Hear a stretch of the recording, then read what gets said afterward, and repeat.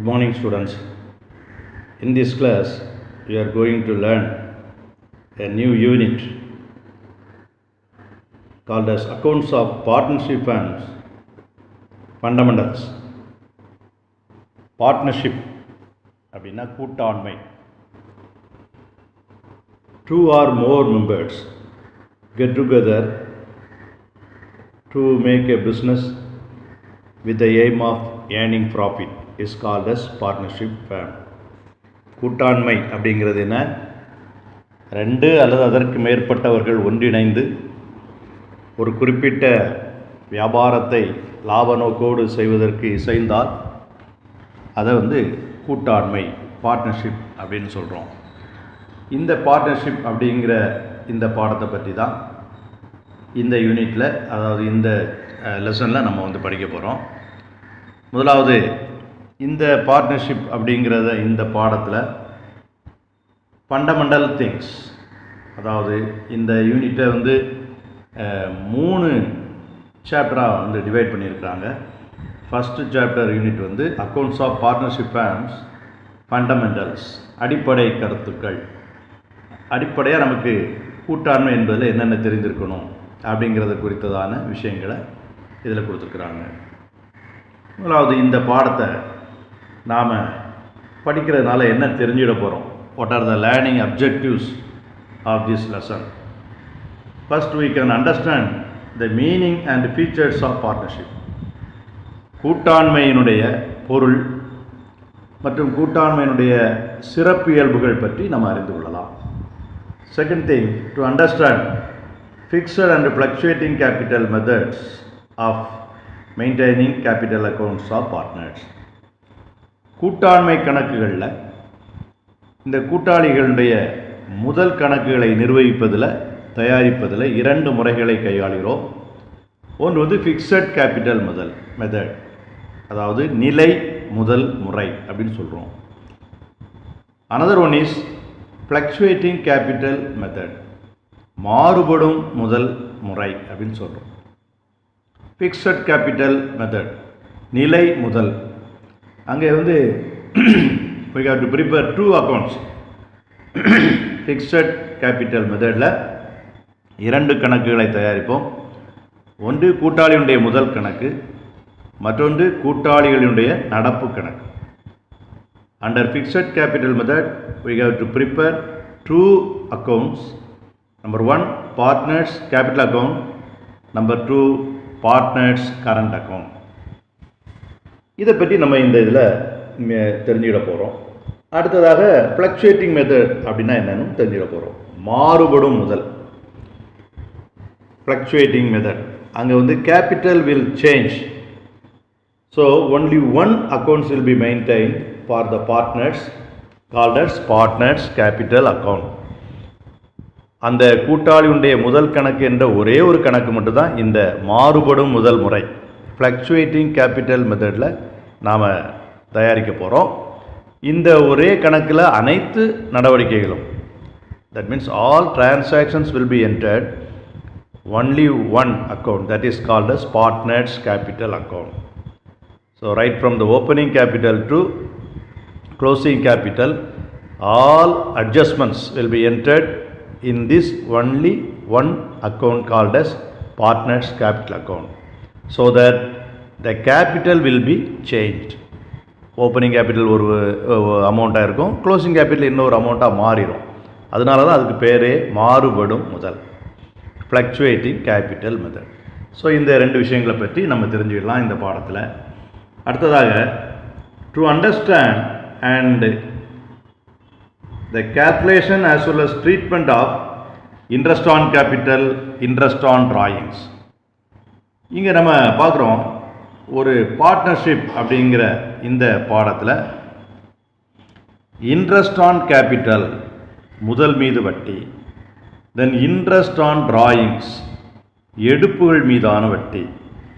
இந்த டிரான்சாக்ஷனை குறித்து அதுக்கான அக்கௌண்டிங் ட்ரீட்மெண்ட், கணக்கு பதிவியல் நடைமுறைகள் என்ன அப்படிங்கிறத நம்ம இந்த பாடத்தில் தெரிஞ்சுட போகிறோம். முதல், அதற்கான வட்டி எப்பொழுது அந்த பார்ட்னர்ஷிப் அமெண்ட்மெண்ட்டில் சொல்லப்பட்டு வராமல் இருந்தால் கிடையாது. If there is no partnership deed, then we have to apply the Partnership Act 1932.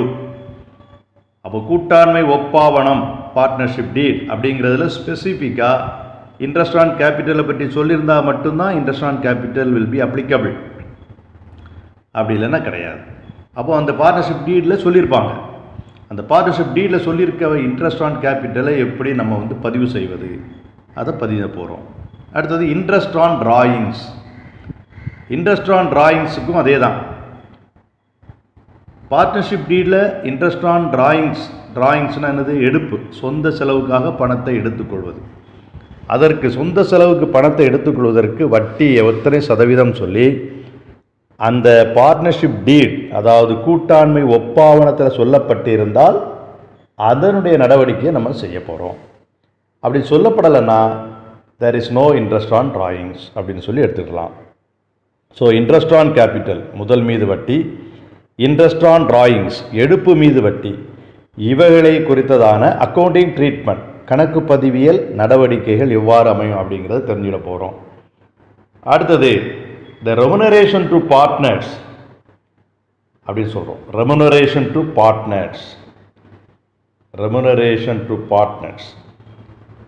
இங்கே இப்போ கவனி, சில சமயங்களில் நம்ம partnership deed it self we can well define that the individual partner is entitled to have a salary. அந்த தனிப்பட்ட கூட்டாளி என்பவர் அவருடைய உழைப்புக்கான ஊதியத்தை பெற முடியும் அப்படின்னு சொல்லி அந்த கூட்டாண்மை ஒப்பந்தத்தில் நம்ம கொடுத்திருந்தா, அதன் அடிப்படையில் இந்த பார்ட்னர்ஸ் ரெமுனரேஷன் அல்லது ரெமுனரேஷன் டு பார்ட்னர்ஸ் கூட்டாளிக்கான சம்பளம் என்ன அப்படிங்கிறது கொடுத்துருப்பாங்க. அதற்கான கணக்கு பதிவியல் நடவடிக்கைகளுடைய அந்த பதிவு சம்பந்தமான காரியங்களை நம்ம பார்க்க போகிறோம். அடுத்ததாக the interest on loan from partners. கூட்டாளியே தன்னுடைய வியாபாரத்துக்கு ஒரு சர்டன் அமௌண்ட்டை கடனாக வழங்கியிருப்பார். The partner himself can give a loan to the partnership firm, that is for the business. அவருடைய வியாபாரத்துக்கு அவரே ஒரு அமௌண்ட்டை கடனாக வழங்கியிருக்கலாம். ஏதேனும் ஒரு கூட்டாளி, any one of the partner can give an amount of loan to the particular business. So அந்த லோனுக்கு இன்ட்ரெஸ்ட் அது நம்ம 6% அப்படின்னு சொல்லி நார்மலாக ஃபிக்ஸ் பண்ணியிருக்கிறோம். Interest on loan 6%. அது பார்ட்னர்ஷிப் டீடில் சொல்லியிருப்பாங்க கூட்டாண்மை ஒப்பாவனத்தில். அதனுடைய அக்கௌண்டிங் ட்ரீட்மெண்ட்டை நம்ம பார்க்க போகிறோம். Then to understand the division of profits among partners. கூட்டாளிகளுக்கு இடையே உள்ள லாப நட்ட பகிர்வு பற்றி புரிந்து கொள்ள போகிறோம். How to share the profit or loss of the particular business. அதுவும் கூட்டாண்மை ஒப்பாவனம், அதாவது பார்ட்னர்ஷிப் டீடில் கிளியர் கட்டாக சொல்லியிருப்பாங்க. என்ன ரேஷியோவில், எந்த விகிதாச்சாரத்தில் லாபம் நட்டம் பகிர்ந்து கொள்ளப்படுகிறது அப்படிங்கிறது. ஸோ இந்த மாதிரி விஷயங்களை நம்ம இந்த லேர்னிங் அப்ஜெக்டிவ்ஸ் அப்படின்னு சொல்கிறோம். இந்த பாடத்தை படிப்பதனால நாம் தெரிந்து கொள்வது என்ன அப்படிங்கிறது இதெல்லாம். அப்புறம் நாம் இந்த கூட்டாண்மை கணக்குகளில் மிக முக்கியமாக தெரிய வேண்டிய சில சொற்றொடர்கள் அப்படின்னு சொல்கிறோம். The key terms to know. இந்த பாடத்தை பொறுத்தளவில் என்னென்ன மிக முக்கியமான வார்த்தைகள் கணக்கு பதிவியலின் அடிப்படையில் அப்படின்னு சொன்னால், முதலாவது நம்பர் 1 பார்ட்னர். பார்ட்னர்னா என்னது? கூட்டாளி. அந்த வியாபாரத்தில் இடைபெற்றிருக்கின்ற அனைவருமே கூட்டாளி. முதல் கொண்டு வியாபாரத்தை செயல்படுத்தி அதில் லாபம் அல்லது நட்டம் என்ன வந்தாலும் அவர்களுக்கு இடையே ஏற்பட்டிருக்கின்ற உடன்பாடின் அடிப்படையில் பிரித்து கொள்வது, அதுதான் பார்ட்னருடைய மிக முக்கியமான அம்சம். கூட்டாளி என்று அழைக்கப்படுகிறார். Next partnership fame. கூட்டாண்மை நிறுவனம். இருவர் அல்லது அதற்கு மேற்பட்டவர்கள், அதிகப்படியாக 50 பேர். அப்போது குறைந்தபட்சம் இருவர், minimum 2 or to the maximum of 50 members together for a particular business. ஒரு குறிப்பிட்ட வியாபாரத்தை செய்து அதில் லாபம் சம்பாதிப்பதற்காக தங்களுடைய மூலதனத்தை கொடுத்து இணைந்திருக்கின்ற அந்த வியாபார அமைப்பை பார்ட்னர்ஷிப் ஃபேம் என்று அழைக்கிறோம். சரா, இருவரோ அல்லது அதற்கு மேற்பட்டவர்களோ ஒன்றிணைந்து செயல்படுகின்ற அந்த வியாபார அமைப்பை தான் பார்ட்னர்ஷிப் ஃபேம், கூட்டாண்மை நிறுவனம் அப்படின்னு சொல்கிறோம். The next partnership deed. Partnership deed அப்படின்னா அது என்னது? கூட்டாண்மை ஒப்பாவனம். கூட்டாளிகளுக்கு இடையே ஏற்பட்டிருக்கின்ற பல்வேறு விஷயங்களை எழுத்துப்பூர்வமாக ஒரு உடன்படிக்கையாக எழுதி வைத்துக் கொள்வது. அதுதான் ஒப்புக்கொள்ளப்பட்ட ஒரு எழுத்து மூலமான ஆவணம். அதனால தான் அதற்கு பெயர் கூட்டாண்மை ஒப்பாவனம், இன் இங்கிலீஷ் பார்ட்னர்ஷிப் டீட். இதில் அனைத்து கூட்டாளிகளும் தங்களுக்கு இடையே இந்த வியாபாரத்தின் அடிப்படையில் ஏற்பட்டிருக்கின்ற உடன்பாடுகளை எழுதி வைத்துக் கொள்வது, இதை பார்ட்னர்ஷிப் டீடுன்னு சொல்கிறோம். அடுத்தது ஃபிக்ஸட் கேபிட்டல், அதாவது நிலை முதல். இது ஒரு method of maintaining the books of accounts for the partnership firm. கூட்டாண்மைக்கான கணக்குகளை நிர்வகிக்கிறதுல இது ஒரு முறை, அதான் நிலை முதல் முறை, ஃபிக்ஸட் கேபிட்டல் மெத்தட் அப்படின்னு சொல்லி. Next fluctuating capital method. Another method to maintain the books of accounts of partnership firm is called as fluctuating method. இது ரெண்டு மெத்தடில் நம்ம எது வேணாலும் as per the partnership deed, கூட்டாண்மை ஒப்பாவனத்தின் அடிப்படையில் நாம் எடுத்துக்கொள்ளலாம். அடுத்தது இன்ட்ரெஸ்ட் ஆன் கேபிட்டல், முதல் மீதான வட்டி. அங்கே பார்ட்னர்ஷிப் டீடில் கூட்டாண்மை ஒப்பாவனத்தில் சொல்லப்பட்டிருந்தால் முதலுக்கு குறைந்தபட்ச வட்டி கொடுத்துடணும் அப்படிங்கிறத சொல்கிறோம். அதனுடைய அக்கௌண்டிங் ட்ரீட்மெண்ட்டெல்லாம் தெரிஞ்சு கொள்வதற்காக இன்ட்ரெஸ்ட் ஆன் கேபிட்டல் அப்படிங்கிறது தெரிஞ்சு கொள்கிறோம். தென் இன்ட்ரெஸ்ட் ஆன் டிராயிங்ஸ். டிராயிங் அப்படின்னா என்னது? எடுப்பு. தமிழில் எடுப்பு அப்படின்னு சொல்கிறோம். சொந்த செலவுக்காக ஒரு பார்ட்னர் தன்னுடைய வியாபாரத்திலிருந்து ஒரு குறிப்பிட்ட தொகையை எடுத்துக்கொள்வது. For personal use the partner may withdraw some amount from the partnership firm. சனா, அப்போது ஒரு குறிப்பிட்ட தொகையை தனது சொந்த பயன்பாட்டிற்காக வியாபாரத்திலிருந்து எடுத்துக்கொள்வதை டிராயிங்ஸ் அப்படின்னு சொல்கிறோம். அந்த டிராயிங்ஸ் அமௌண்ட்டுக்கு, அந்த withdrawal amount of for personal use, சொந்த உபயோகத்துக்காக எடுக்கப்பட்ட அந்த தொகைக்கு we are charging some interest. அதுதான் இன்ட்ரெஸ்ட் ஆன் டிராயிங்ஸ் அப்படின்னு சொல்கிறோம். அடுத்தது profit and loss appropriation account. லாப நட்ட பகிர்வு. ஒவ்வொரு கூட்டாண்மை கணக்குகளையும் இறுதியில், ஆண்டின் இறுதியில், year end we are going to finalise, அங்கே கிடைக்கின்ற லாபத்தில் பல்வேறு அட்ஜஸ்ட்மெண்ட்ஸ், ஊதியம், கழிவு மற்றும் எடுப்பு மீது வட்டி, முதல் மீது வட்டி, இவைகளை எல்லாம் அட்ஜஸ்ட் பண்ணி முடித்ததுக்கு அப்புறம் நிகர லாபம், எஞ்சி இருக்கக்கூடிய அந்த லாபத்தை பகிர்ந்து கொள்வது, அதற்கான ஒரு கணக்கு இந்த லாப நட்ட பகிர்வு கணக்கு அப்படின்னு சொல்லி நம்ம சொல்கிறோம். இதெல்லாம் நம்ம இந்த பாடத்தில் நம்ம படிக்க போகிற விஷயங்கள் அப்படின்னு சொல்கிறோம்.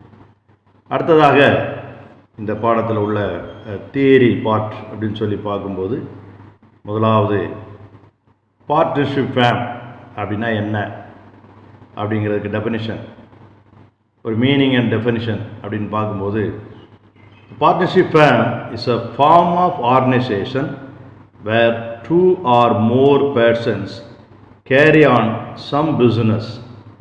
Where 2 or more persons carry on some business. இதுதான் மிக முக்கியமான.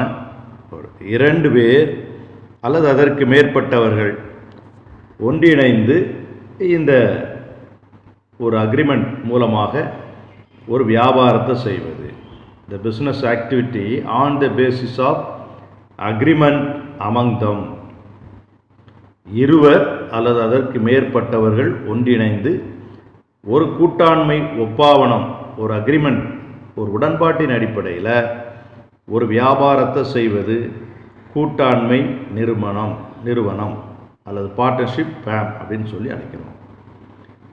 அடுத்தது, இந்த பார்ட்னர்ஷிப்பில் உள்ள ஒவ்வொரு இண்டிவிஜுவலும், ஒவ்வொரு தனி மனிதன், இந்த பார்ட்னர்ஷிப் ஃபேமிலியில் உள்ள ஒவ்வொரு தனி மனிதனும் பார்ட்னர்ஸ் அப்படின்னு அழைக்கிறோம். They are individually called as partner and collectively called as firm. தனிப்பட்ட முறையில் பார்ட்னர்னு அழைக்கிறோம், ஒட்டுமொத்தமாக எல்லாரையும் சேர்த்து சொல்லும்போது பார்ட்னர்ஷிப் ஃபேம், கூட்டாண்மை நிறுவனம் அப்படின்னு சொல்கிறோம். சரிண்ணா? இந்த கூட்டாண்மை நிறுவனத்துக்கு ஒரு பேர் வச்சிடுறோம், இந்த ஃபேம் நேம், அதற்கென்று ஒரு பேர் வச்சிடுறோம். இந்த கூட்டாண்மை நிறுவனத்தில் மிக முக்கியமானது டு ரைஸ் கேபிட்டல், அதாவது இந்த கூட்டாளிகள் எவ்வாறு தங்களுடைய முதல் கொண்டு வருவது அப்படிங்கிறது குறித்து போடுறோம். அடுத்ததாக இங்கே அவங்களுடைய பொறுப்புகள், லயபிலிட்டிஸ் என்ன அப்படிங்கிறத நம்ம தீர்மானிக்கிறோம். இது மிக முக்கியமான ஒரு விஷயமாக நம்ம அம்சமாக கொள்கிறோம். அடுத்து, இந்த பார்ட்னர்ஷிப் ஃபேம் அப்படிங்கிறதுக்கு நம்ம Indian partnership act section 4 of Indian partnership act 1932 இதுதான் நமக்கு ஒரு டெஃபினிஷன் கொடுக்குது. Section 4 of Indian partnership act 1932 என்ன சொல்லுது? Partnership is defined as the relation between persons who have agreed to share the profits of a business carried on by all or any of them acting for all. அப்படின்னா அர்த்தம் என்ன? The relation between persons, ஒருங்கிணைந்த ஒரு உடன்பாடு, இத்தனை பேர், 2 பேர் அல்லது அதற்கு மேற்பட்டவர்கள் ஒன்றிணைந்து ஒரு லாப நோக்கோடு ஒரு தொழிலை செய்வதற்கு ஒத்துக்கொள்வது. அந்த தொழில் அனைவராலும் செய்யப்படலாம் அல்லது அனைவருக்காக ஒருவரால்.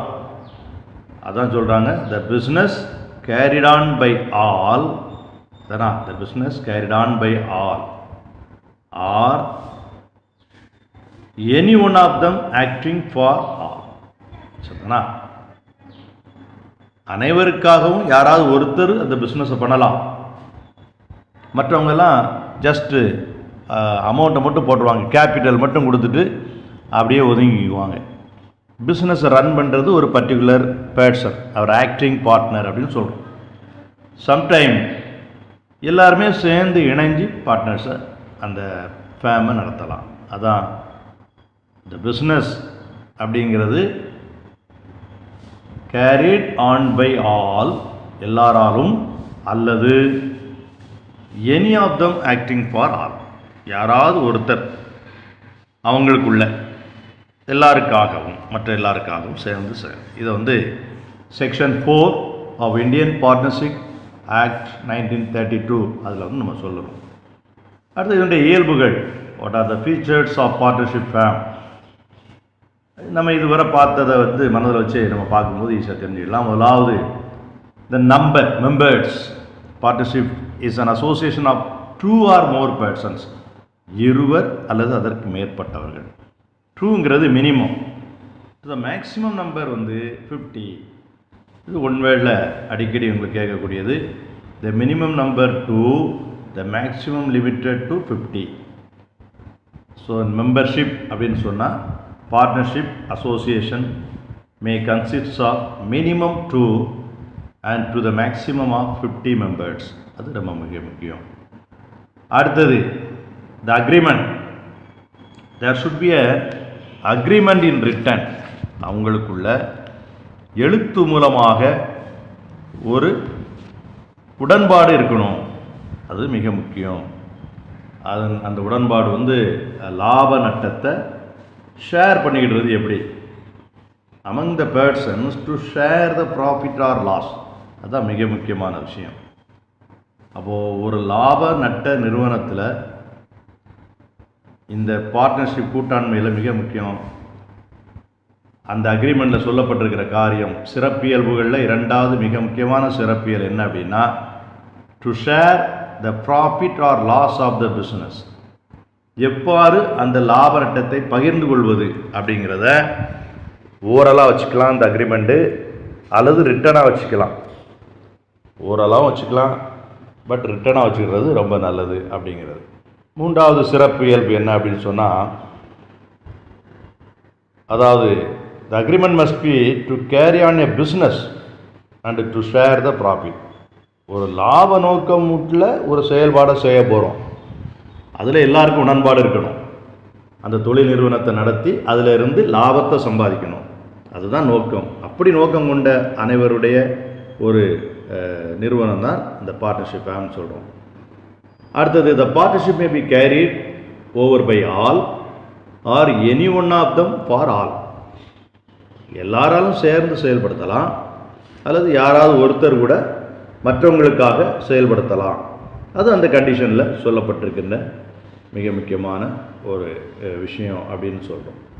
சானா, இந்த இந்தியன் கம்பெனிஸ் ஆக்ட் அப்படிங்கிறது நம்ம இந்தியாவில் இந்த பார்ட்னர்ஷிப் ஆக்ட் 1932, அடுத்தது இந்த இந்தியன் கம்பெனிஸ் ஆக்ட் 2013, இவங்க வந்து ஒரு மேக்ஸிமம் நம்பர் ஆஃப் பார்ட்னருக்கு ஒரு வரையறை கொடுக்குறாங்க. மேக்ஸிமம் நம்பர் ஆஃப் பார்ட்னர் அப்படின்னு சொல்லி ஒரு வரையறை கொடுக்குறாங்க. என்ன வரையறை அப்படின்னு பார்க்குறோம்.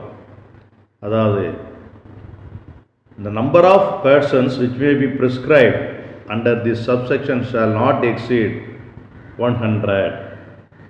100க்கு மேலே எக்ஸீட் ஆகக்கூடாது அப்படிங்கிறது அந்த கம்பெனிஸ் ஆக்ட்லேருந்து கொடுக்கக்கூடிய ஒரு விஷயம். ஆனால் இந்தியன் பார்ட்னர்ஷிப் ஆக்டில் அந்த ரூல்ஸை 2014 ஸ்பெசிஃபை பண்ணி அதை வந்து 50 அப்படின்னே லிமிட் பண்ணிட்டாங்க. The rule 10 of companies act 2014 specifies the limit as 50. So maximum வந்து 50 அப்படிங்கிறது ஃபிக்ஸ் பண்ணிட்டாங்க. அடுத்ததாக நம்ம பார்க்குறது வந்து partnership deed. In Tamil it is called as கூட்டாண்மை ஒப்பாவனம். கூட்டாளிகள் அனைவரும் ஏற்றுக்கொள்ளக்கூடிய வகையில் எழுத்து மூலமாக தயாரிக்கப்படுகின்ற ஒரு ஆவணமே கூட்டாண்மை ஒப்பாவனம் என்று அழைக்கப்படுகிறது. அதை தான் பார்ட்னர்ஷிப் டீட் அப்படின்னு சொல்கிறோம். இதுவும் இந்த 1932 அப்படிங்கிற இந்த பார்ட்னர்ஷிப் ஆக்டில் சொல்லப்பட்டிருக்கு. But it is not compulsory for partnership to have a partnership டீட். கட்டாயமாக இப்படி ஒரு டீடு வந்து எழுத்து மூலமாக இருக்கணும் அப்படிங்கிறது கம்பல்சரி கிடையாது. But it is desirable. ஆனால் அப்படி வச்சுக்கணுங்கிறது நல்லது. ஒரு காலத்தில் பார்ட்னர்ஷிப்லேருந்து ஒருத்தர் விலகலாம், இன்னொருவரை சேர்க்கலாம். இப்படிப்பட்ட சூழ்நிலைகள்லாம் வரும் பொழுது இந்த எழுத்து மூலமான இந்த ஆவணம் என்பது இருந்தால் அது நல்லது அப்படிங்கிறது இந்தியன் கம்பெனிஸ் ஆக்டில் சொல்லப்படுகின்ற மிக முக்கியமான ஒன்று. சரி, இந்த பார்ட்னர்ஷிப் டீட் அப்படிங்கிறதுனுடைய கான்டென்ட்ஸ், அதனுடைய உள்ளடக்கம் என்ன? இது ஒரு மிக முக்கியமான கொஸ்டின். தியரி பார்ட்டில் இந்த partnership fame fundamental things basic concept அப்படின்னு சொல்லக்கூடிய இந்த லெசனில் இந்த பார்ட்னர்ஷிப் டீடினுடைய கான்டென்ட்ஸ், உள்ளடக்கம், அதில் உள்ள அம்சங்கள் என்ன அப்படிங்கிறது மிக முக்கியமான ஒன்று. முதலாவது நம்ம பார்க்குறோம், name of the firm, nature and place of business. நம்ம பார்ட்னர்ஷிப் ஃபேமுக்கு என்ன பேர்? 5 பேர், 7 பேர், 10 பேர் சேர்ந்து பிஸ்னஸ் பண்ணுறோம். இந்த பிஸ்னஸ்க்கு நம்ம என்ன பேர் வச்சுருக்கிறோம்? தனிப்பட்ட ஒருவருடைய பேர் வைக்கிறது இல்லை. எல்லாரும் ஒன்றிணைந்து ஏதாவது ஒரு காமன் நேம், ஒரு பொது பெயரை வந்து வச்சுருக்கிறோம். அதை தான் அங்கே name of the firm. And nature, என்ன business, and place of business, எங்கெல்லாம் பிஸ்னஸ் பண்ணுறோம், எங்கேயாவது ஒரு பர்டிகுலர் ஊர் அல்லது ஒன்றுக்கு மேற்பட்ட ஊர்களில். அப்போ nature of business, place of business, என்ன வியாபாரம், எந்தெந்த இடங்களில் வியாபாரம் பண்ணுறோம், என்ன பெயரில், இது முதல் பாயிண்ட். ரெண்டாவது, date of commencement and duration of business. என்றைக்கு இந்த வியாபாரத்தை ஆரம்பிக்கிறோம், date of commencement. Then duration of business. ஏன் டூரேஷன் கொடுத்துருக்குறாங்க? சில வியாபாரங்கள், சில செயல்பாடுகள் ஒரு குறிப்பிட்ட காலத்திற்கு மட்டும் இருக்கும். ஒரு ஜாயிண்ட் வெஞ்சர் மாதிரி ஒரு பார்ட்னர்ஷிப் சேர்ந்து இணைஞ்சு செய்வாங்க. ஒரு 3 இயர்ஸுக்கு ஒரு அப்பார்ட்மெண்ட்டை கட்டி முடிக்கிறது வரைக்கும், ஒரு 25 மாடி, அது வந்து ஒரு 3 இயர்ஸில் கட்டி முடிக்கணும். ஸோ ஒரு சிவில் இன்ஜினியர்ஸ் 3 பேர் 4 பேர் 5 பேர் சேர்ந்து ஒரு பார்ட்னர்ஷிப் டீட் கிரியேட் பண்ணிவிடுவாங்க. அப்போ அங்கே duration of business is only for 3 years until the completion of the particular apartment or multi storey building. அப்போது இது வந்து டியூரேஷன், அங்கே ஒரு குறிப்பிட்ட காலம் கொடுக்குறாங்க. அல்லது construction of a very big, என்ன சொல்கிறது, இந்த மாதிரி கடலுக்குள்ளே பெரிய ஒரு ரயில்வே லைனை போடுறோம். பாம்பன் பாலத்தில் போட்டிருக்கிறோம். ராமேஸ்வரம் அந்த இடத்துல வந்து கடலுக்குள்ளே பெரிய பாலத்தை அமைக்கிறாங்க. ஒரு 5 இயர்ஸ் 7 இயர்ஸ் ஆகலாம். So for a certain period of duration அந்த தொழில் நடக்கும். ஒரு பெரிய பாலம் அமைக்கிறது, ஒரு பெரிய ரயில்வே லைன் அமைக்கிறது, ஒரு பெரிய அப்பார்ட்மெண்ட் கட்டி முடிக்கிறது.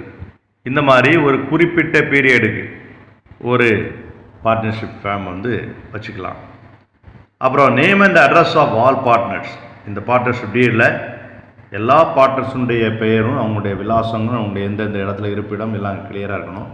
தென் next, capital introduced, contribution of the capital by the individual partners. ஒவ்வொருவரும் அவங்களுடைய முதல் எவ்வளவு போட்டிருக்காங்க அப்படிங்கிறது குறித்ததான அங்கே எழுத்து கரெக்டாக இருக்கணும். அடுத்தது ப்ராஃபிட் ஷேரிங் ரேஷியோ, இது ரொம்ப முக்கியம். லாப நட்ட பகிர்வு விகிதம். 3 பார்ட்னர் இருக்கிறாங்க, ஈக்குவல் ஷேரிங் அப்படின்னா 1:1:1. 3 பார்ட்னர் வித்தியாசமான ஷேரிங் இருக்கிறாங்க, 3:2:1. எந்த விதமாகவும் இருந்துக்கலாம், பட் அவங்க 3 பேரும் அதை வந்து ஏற்றுக்கொண்டிருக்கணும். agreed by all partners.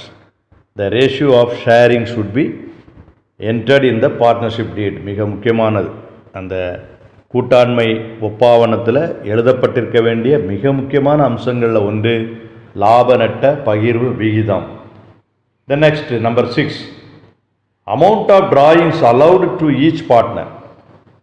ஆரம்பத்தில் நான் பார்த்தோம், drawings அப்படின்னா எடுப்பு, சொந்த செலவுக்கு. the amount withdrawn for personal use of the individual partner. தனிப்பட்ட ஒரு கூட்டாளி அவருடைய சொந்த செலவுக்காக வியாபாரத்திலிருந்து பணத்தை எடுப்பதை எடுப்பு, இன் இங்கிலீஷ் drawings. இப்போ இதுக்கு ஒரு லிமிட் வைக்கிறோம். Amount of drawings allowed to each partner. ஒரு வருஷத்தில் அல்லது மேக்ஸிமம் அமௌண்ட்டு எவ்வளோ வந்து வரைக்கும் அவர் வந்து வித்ட்ரா எடுத்துக்கலாம். பர்சனல் யூஸுக்கு வித்ட்ராயல், அதுதான் ஒரு ரெஸ்ட்ரிக்ஷன் வச்சுருக்கிறோம். அதான் drawings allowed to each partner. Then the rate of interest to be allowed on capital.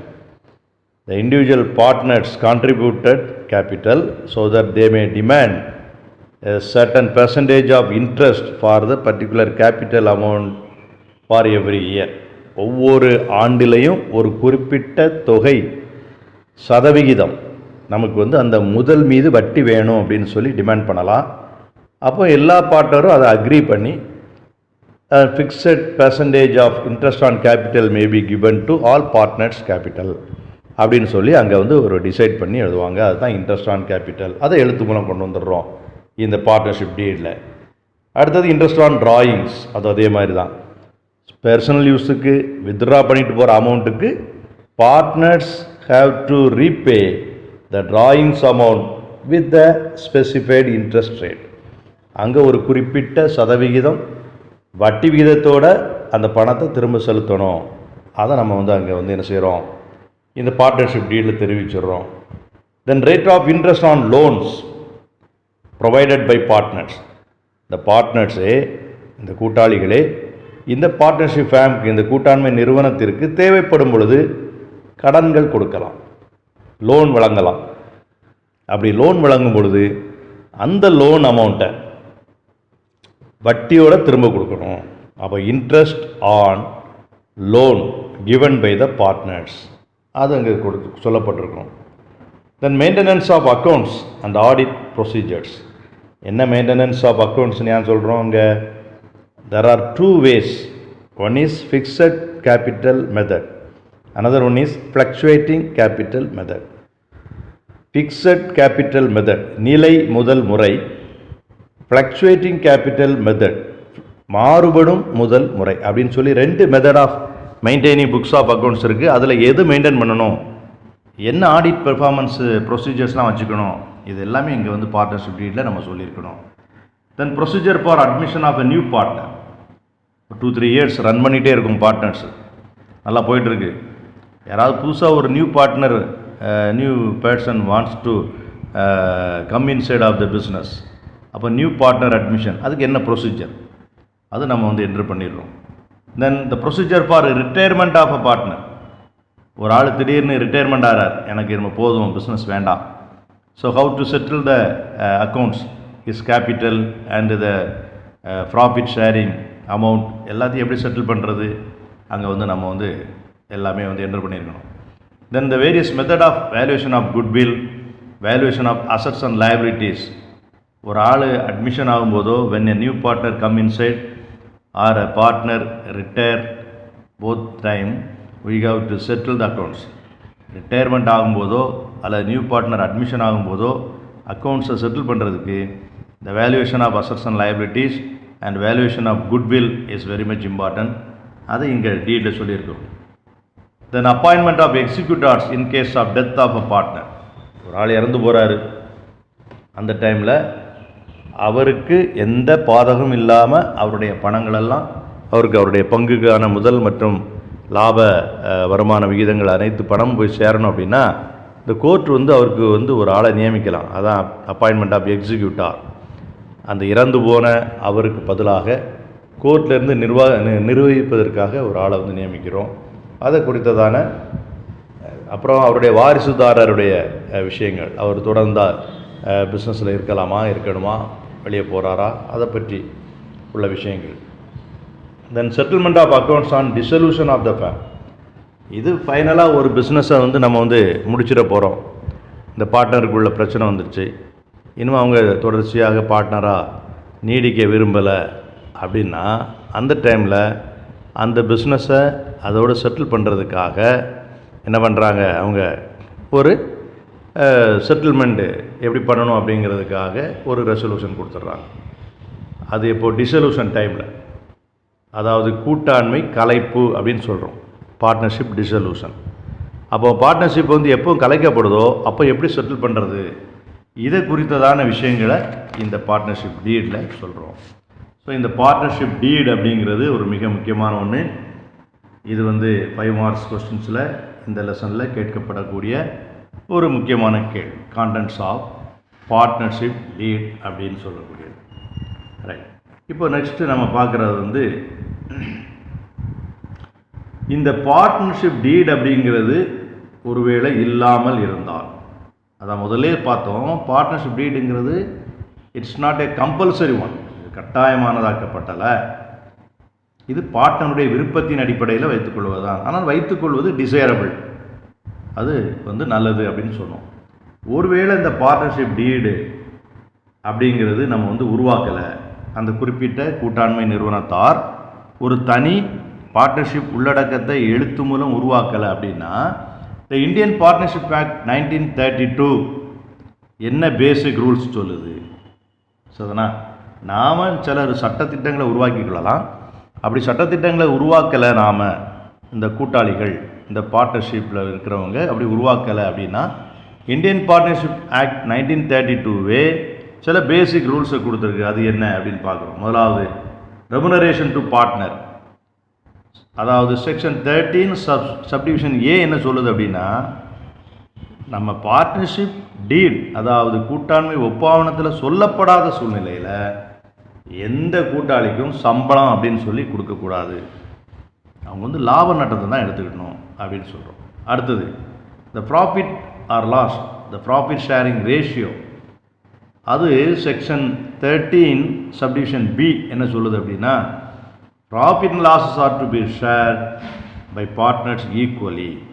Partnership deed இல்லாத பட்சத்தில் இந்தியன் பார்ட்னர்ஷிப் ஆக்ட் 1932 படி ஈக்குவலாக சரிசமமாக தான் லாபங்களை பகிர்ந்து கொள்ள வேண்டும். அடுத்தது செக்ஷன் 13 சப்டிவிஷன் சி என்ன சொல்லுது அப்படின்னா, no interest is allowed on the capital. Interest on capital கிடையாது. சரிதானா? கேபிட்டல் கான்ட்ரிபியூட் பண்ணிட்டீங்க, அதை வச்சு பிஸ்னஸை ரன் பண்ணி லாபம் சம்பாதிச்சு ஈக்குவலாக ஷேர் பண்ணிக்கணும். அதான் உங்கள் முதலுக்கு தனியாக வட்டி கொடுக்கப்பட மாட்டாது அப்படிங்கிறது பார்ட்னர்ஷிப் டீடு இல்லாத சூழ்நிலையில் இந்தியன் பார்ட்னர்ஷிப் ஆக்ட் சொல்லுகின்ற ஒரு சட்டத்திட்டம். அடுத்தது இன்ட்ரெஸ்ட் ஆன் லோன்ஸ். லோன் கொடுத்துருக்கோம், ஒரு இண்டிவிஜுவல் பார்ட்னர் அந்த பார்ட்னர்ஷிப் பேங்க்கு லோன் கொடுத்துருக்காரு அப்படின்னா, he is entitled to get 6% of interest on the loan amount contributed by himself. ஒரு பார்ட்னர் அவர் தனியாக ஒரு குறிப்பிட்ட தொகையை கடனாக வழங்கியிருக்கிறார் என்றால் அந்த கடன் தொகைக்கு 6% வட்டி பெற்றுக்கொள்வதற்கான உரிமை இருக்குது. அது இந்த இந்தியன் பார்ட்னர்ஷிப் ஆக்ட் 1932 சொல்லப்பட்டிருக்கு. சரிதானா? அடுத்தது இந்த இன்ட்ரெஸ்ட் ஆன் டிராயிங்ஸும் அதே மாதிரி தான். நோ இன்ட்ரெஸ்ட் ஆன் டிராயிங்ஸ், எந்த விதமான ஒரு இன்ட்ரெஸ்ட் ஆன் டிராயிங்ஸும் சொல்லப்படலை. சரிதானா? ஏன்னா பார்ட்னர்ஷிப் டீடில் சொல்லியிருந்தால் மட்டும்தான் இந்த டிராயிங்ஸ் அமௌண்ட்டுக்கு இன்ட்ரெஸ்ட் கலெக்ட் பண்ணணும். பார்ட்னர்ஷிப் டீட் செப்பரேட்டாக இல்லாத பட்சத்தில் இந்தியன் பார்ட்னர்ஷிப் ஆக்ட் 1932 படி டிராயிங்ஸுக்கு இன்ட்ரெஸ்ட் கிடையாது. இந்த பேசிக் அடிப்படையில் ஒரு சம், அதாவது பார்ட்னர்ஷிப் டீட் இல்லாத பட்சத்தில், நல்லா ஞாபகம் வச்சுக்கணும், இந்த options of partnership deed, what are the various basic things to be adapted as per the guidelines given by the Indian Partnership Act 1932. கூட்டாண்மை ஒப்பந்தம் என்ற ஒன்று இல்லாத பட்சத்தில் இந்திய கூட்டாண்மை சட்டம் 1932 அடிப்படையில் அடிப்படையான அம்சங்கள் விதிகள் என்ன, அதை தான் நம்ம இப்போ பார்த்தோம். இதன் அடிப்படையில் ஒரு இல்லஸ்ட்ரேஷன் கொடுத்துறாங்க. இல்லஸ்ட்ரேஷன் 1 புக்கில் எடுத்துக்க. A, B, C and D are partners in a firm. இங்கே 4 members are partners here. A, B, C, D 4 பேர் பார்ட்னர் இருக்கிறாங்க. There is no partnership deed. அங்கே தெளிவாக சொல்லியிருக்கான், there is no partnership deed. என்ன சொல்லிட்டான்? அப்போது எது தான் நமக்கு அங்கே இம்ப்ளை ஆகும்? அந்த பார்ட்னர்ஷிப் ஆக்ட் 1932. அதனா இந்த 1932 பார்ட்னர்ஷிப் ஆக்ட் படி தான் நமக்கு அங்கே இந்த ரூல்ஸ்லாம் அப்ளிகபிள் ஆகுது. அப்போது பார்ட்னர்ஷிப் டீடு இல்லாத பட்சத்தில் கீழ்கண்ட டிரான்சாக்ஷனுக்கு என்ன பண்ணுவேன்? இதுதான் கேள்வி. There is no partnership deed. How will you deal with the following? அப்படின்னா நீங்கள் கீழ்கண்ட நடவடிக்கைகளை எவ்வாறு நீ ஃபாலோ பண்ணுவ? Number 1, A has contributed maximum capital. அவர் அதிகமான கேபிட்டலை கான்ட்ரிபியூட் பண்ணியிருக்கிறவர் A தான். 4 members A, B, C, D. அதில் A has contributed maximum capital. நிறைய மூலதனம் போட்டிருக்கார். He demands interest on capital at 12% per annum. அவர் சொல்கிறாரு, நான் நிறைய கான்ட்ரிபியூஷன் பண்ணியிருக்கேன், நிறைய முதல் போட்டிருக்கேன், அப்போ எனக்கு ஒரு 12% என்ன செய்யுங்க, இன்ட்ரெஸ்ட் கொடுங்க அப்படின்னு கேட்குறாங்க. அப்போ இது அப்ளிகபிளா? நோ, இது அப்ளிகபிள் கிடையாது. எப்போ பார்ட்னர்ஷிப் டீடில் ஸ்பெசிஃபிக்காக இன்ட்ரெஸ்ட் ஆன் கேபிட்டல் சொல்லியிருந்தால் மட்டும்தான் applicable. If the partnership deed is not available as per the Indian Partnership Act 1932, there is no provision for interest on capital entitled to a particular partner. ஒரு குறிப்பிட்ட கூட்டாண்மையில் உள்ள கூட்டாளிக்கு அவர் போட்டிருக்கிற மூலதனத்துக்கு வட்டி என்பது கூட்டாண்மை ஒப்பாவனம் இல்லாத பட்சத்தில் சாத்தியமில்லை. அதனால் கீழே கொடுத்துருக்கான் பாரு சொல்யூஷனில், no interest on capital is payable to any partner. No interest on capital is payable to any partner. Therefore, A is not entitled to have the interest on capital. Number 2, B has withdrawn ₹1000 per month. other partners ask B to pay interest on drawings at 10% per annum to the firm, but B does not agree to it. பாரு, B அப்படிங்கிற partner every month 1000 ரூபாய் personal யூஸுக்கு எடுத்துகிட்டு போகிறார். அப்போ ஒரு வருஷத்தில் 12 மாதம் 12 மந்த்ஸுக்கு 12 into 1000 12,000 rupees எடுத்துருவார். இப்போ இந்த அதர் பார்ட்னர்ஸ் டிமாண்டட், மற்ற கூட்டாளிகள்லாம் என்ன பண்ணுறாங்க, நீ வந்து ஒரு வட்டி செலுத்து, ஒரு இன்ட்ரெஸ்ட் ஆன் டிராயிங்ஸ் கொடுன்னு சொல்கிறார். But B does not agree. அவர் வந்து அதை வந்து ஏற்றுக்கொள்ளலை. ஏன் ஏற்றுக்கொள்ளலை? இங்கே பார்ட்னர்ஷிப் டீட் இல்லை. there is no partnership deed, so that the guidelines as well as rules of the Indian Partnership Act 1932 only be applicable. அந்த பட்சத்தில் இன்ட்ரெஸ்ட் ஆன் டிராயிங்ஸ் அப்படிங்கிறது கிடையாது, தேவையில்லை அப்படின்னு சொல்கிறோம். அப்போ ஆன்சர் என்ன சொல்கிறது? Number 2, no interest is chargeable on drawings made by the partner. அப்படிதானா? Therefore, B need not pay the interest on drawings. Right. Number 3, loan advanced by C to the firm is 10,000. Partner C இருக்காரு, அவர் வந்து 10,000 rupees advance பண்ணியிருக்காரு. Loan advanced by C to the firm is 10,000. He demands interest on loan at 9% per annum. இப்போ அவர் எவ்வளோ கேட்குறாரு? ஒரு வருஷத்துக்கு இந்த 10,000 ரூபாய் கடன் வழங்கியிருக்கிற தொகைக்கு அவர் வந்து 9% 9% டிமாண்ட் பண்ணுறார். அவர் 10,000 கொடுத்துருக்கிறாரு லோனு, அதுக்கு இன்ட்ரெஸ்ட் ஆன் லோன் 9% கேட்குறாரு. But as per Indian partnership act only 6% தான் என்னது அப்ளிகபிள். அப்போது ஆன்சர் நம்ம என்ன எழுதணும்? இங்கே பாருங்கள், number 3, interest on loan is payable at 6% per annum only, at 6%. So therefore the individual partner C is entitled to get 6% interest on the amount of rupees 10,000. சரிதானா? அடுத்தது number 4, D demands salary at the rate of 5,000 per month as he spends full time for the business. முழு நேரமாக நான் வேலை செய்கிறேன், அதனால் எனக்கு மாதம் ஒரு 5,000 ரூபா சேலரி தாங்க அப்படின்னு சொல்லி டி கேட்குறார். 4 பார்ட்னர் ஏபிசிடி, அதில் ஒரு பார்ட்னர் நான் முழுமையாக வேலை பார்க்குறேன், எனக்கு சேலரி தாங்கன்னு கேட்குறாரு. ஆனால் பார்ட்னர்ஷிப் டீட் இல்லாத பட்சத்தில் இந்தியன் பார்ட்னர்ஷிப் ஆக்ட் 1932 கைட்லைன்ஸ் படி சேலரிங்கிறது கிடையாது. ஸோ சேலரி அவருக்கு கொடுக்க முடியாது. அடுத்தது number 5, A demands the profit to be shared in the capital ratio. ஏங்கிறவர் என்ன சொல்கிறாரு? கேபிட்டல் மூலதன ரேஷியோவில் நம்ம வந்து லாபத்தை பகிர்ந்து கொள்வோம். ஏன் என்ன சொல்லியிருக்கு? ஃபஸ்ட்டு பாயிண்ட்டை பாரு, A has contributed maximum capital. A has contributed maximum capital. அதிகமான கேபிட்டல் அவர் கொடுத்துருக்காரு. அதனால் இப்போ அவர் என்ன பாயிண்ட் வராரு? A demands the profit shared in the capital ratio.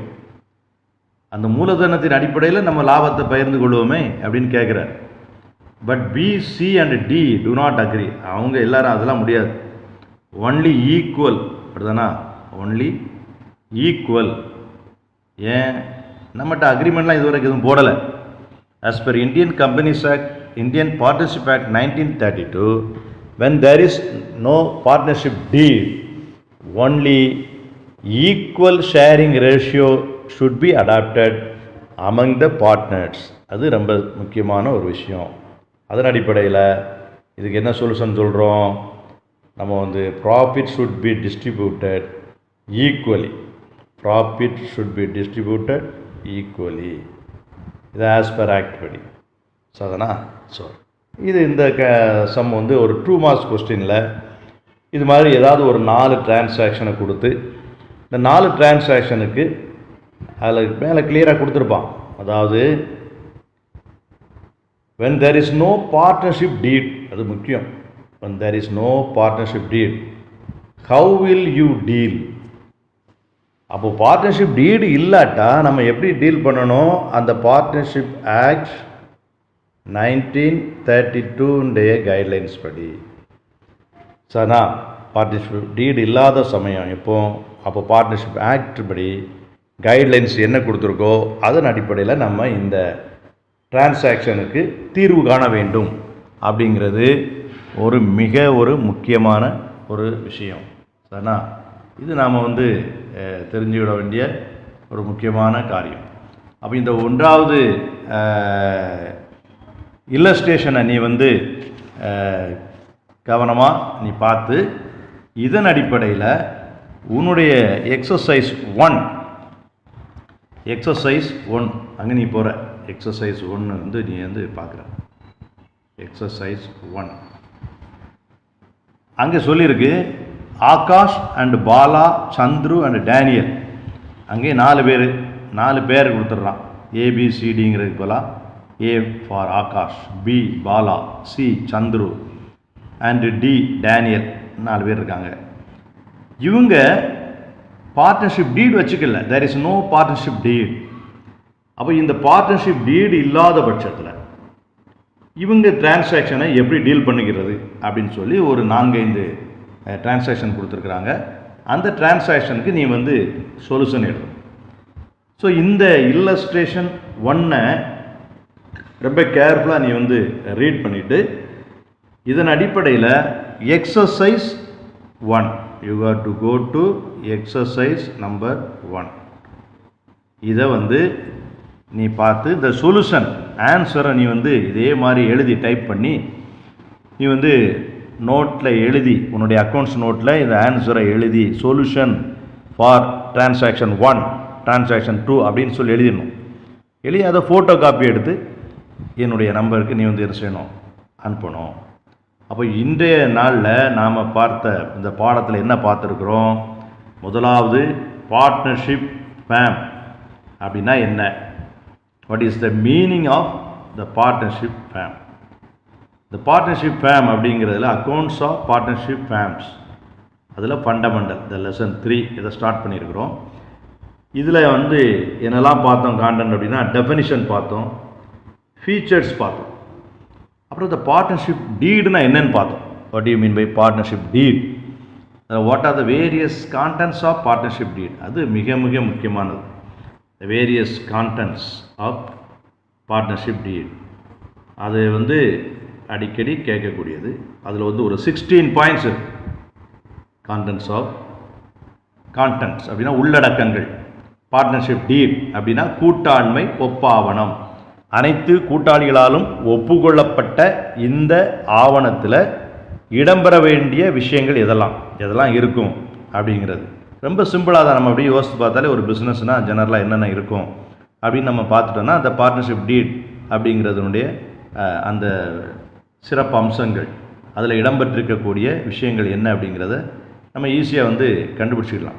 இது ஒரு பெரிய விஷயமே கிடையாது. ஸோ இதை நீ நல்லா படிச்சுக்கணும். அடுத்ததாக இதன் அடிப்படையில் ஒரு பார்ட்னர்ஷிப் டீடே இல்லை அப்படின்னா என்ன பண்ணுறது? பார்ட்னர்ஷிப் டீடு இல்லை அப்படின்னா அதுக்கு ஒரு ப்ரொவிஷன் கொடுத்துருக்காங்க. Application of the provisions of the Indian partnership act 1932. இந்திய கூட்டாண்மை சட்டம் 1932 எப்போ அப்ளிகபிள் ஆகும்? when there is no partnership deed. கூட்டாளிக்குள்ள ஒரு உடன்பாடுன்னு சொல்லி தனியாக எழுதப்படலை. No written document is available as partnership deed அப்படின்னா இந்த கூட்டாண்மை ஒப்பாவணம் என்பது இல்லாத பட்சத்தில் இந்த கூட்டாண்மை நிறுவனம் 1932 சட்டத்தின் அடிப்படையில் இந்த விஷயங்கள் எல்லாம் இடம்பெறும் அப்படின்னு சொல்லி ஒரு 5-6 பாயிண்ட் கொடுத்துருக்காங்க. Remuneration to partner, profit sharing ratio, interest on capital, interest on loans advanced by partners to a firm, then interest on drawings. இதன் அடிப்படையில் இந்த இந்தியன் பார்ட்னர்ஷிப் ஆக்ட் 1932 கைட்லைன்ஸ் அடிப்படையில் இந்த பார்ட்னர்ஷிப் டீட் இல்லாத பட்சத்தில் கூட்டாண்மை ஒப்பாவணம் தயாரிக்கப்படாத நிலையில் பல கூட்டாளிகள் இணைந்திருக்கிற கூடியதில் சில விஷயங்கள் எவ்வாறு தீர்வு செய்யப்படணும் அப்படிங்கிறது தான் இந்த இல்லஸ்ட்ரேஷன் 1 பார்த்தோம். இந்த இல்லஸ்ட்ரேஷன் 1ல் கொடுக்கப்பட்ட இந்த 5 டிரான்சாக்ஷனை நல்லா கவனித்து நல்லா பாரு, அந்த சொல்யூஷனை நல்லா பாரு, இந்த மேலே உள்ள கைட்லைன்ஸ் நல்லா பாரு. இந்த remuneration to partner, profit sharing ratio எப்படி இருக்கணும், இன்ட்ரெஸ்ட் ஆன் கேபிட்டல் உண்டா இல்லையா, இன்ட்ரெஸ்ட் ஆன் லோன்ஸ் இருக்கா இல்லையா, இன்ட்ரெஸ்ட் ஆன் டிராயிங்ஸ்க்கு என்ன செய்யணும், these are the 5 major important things when the partnership deed is not available. இது டீடு இல்லாத பட்சத்தில் மிக முக்கியமாக கான்சன்ட்ரேட் பண்ணக்கூடிய இந்த 5 விஷயங்களை வைத்து இந்த இல்லஸ்ட்ரேஷன் 1 கொடுத்துருக்கு. So based on this illustration 1 you have to do the exercise 1. again I tell you, the exercise 1 you have to do as homework. நீ வந்து செய்து உன்னுடைய அக்கௌண்ட்ஸ் நோட்டில் நீட்டாக செய்து எனக்கு என்னுடைய பர்சனல் நம்பருக்கு நீ ஃபார்வர்ட் பண்ணு. ஸோ இந்த